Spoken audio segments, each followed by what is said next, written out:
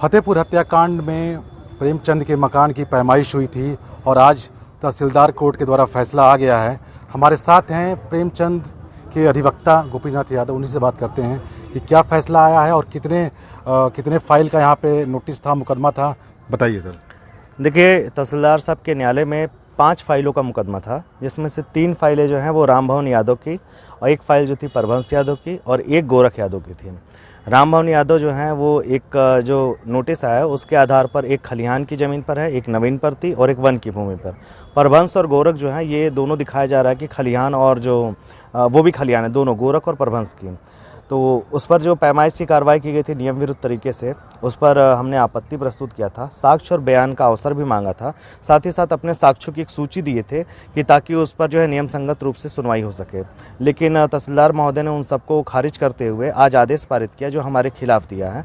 साथ ही साथ उन्होंने अपने आदेशों में कई सारी त्रुटियाँ किया है, जिसके अंदर उन्होंने बताया है कि हमने उन्हें जो किरण देवी हैं उन्होंने एप्लीकेशन दिया है कि पैमाइश जो है गलत है, जबकि ऐसा कोई आवेदन नहीं दिया गया। और साथ ही साथ तमाम गलतियां जिसको लेकर के इस आदेश के विरुद्ध हम असंतोष की दशा में अपील कर रहे हैं और जिलाधिकारी जो हैं देवरिया साहब, इनके यहाँ पर हम अपील करेंगे।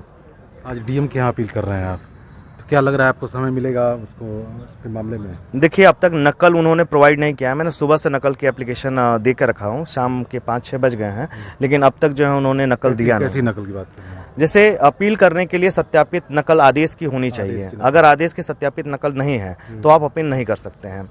तो हमने अप्लाई किया, अब तक मिला नहीं है और जैसे ही मिलता है तत्काल हम कलेक्टर साहब के यहाँ जो है अपनी अपील प्रस्तुत करके और नियमानुसार कार्रवाई करेंगे। बताइए, जैसे आदेश जब पारित हो जाता है या जारी हो जाता है तो कितना दिन तक समय मिलता है उस पक्ष को खाली करने, बेदखल के लिए? क्या आप नोटिस पाओगे? बताइए। देखिए, राजस्व संहिता 2006 के अंतर्गत दिखाया गया है कि 67 की प्रोसीडिंग जब होती है और तहसीलदार अपना आदेश पारित कर देता है तो 30 दिनों के अंदर अपील प्रस्तुत की जा सकती है और 30 दिनों तक जो लोअर कोर्ट है या फिर तहसीलदार महोदय जो है ये बेदखली की कार्रवाई नहीं करेंगे। 30 दिन बीतने के बाद ही उनका आदेश अंतिम रूप से प्रभावी होगा, उसके बाद ही वो कोई बेदखली की कार्रवाई कर सकते हैं। लेकिन यदि हमने अपील दाखिल कर दिया तो अपील के निस्तारण तक वो कोई काम नहीं कर सकते हैं।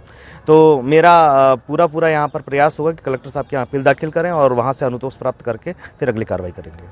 तो देखा आपने, ये अधिवक्ता थे प्रेमचंद यादव के। इस मामले में तहसीलदार द्वारा आदेश जारी कर दिया गया है बेदखली का, लेकिन अब इनके द्वारा कलेक्ट्रेट में डीएम के यहाँ अपील की जा रही है इस मामले में।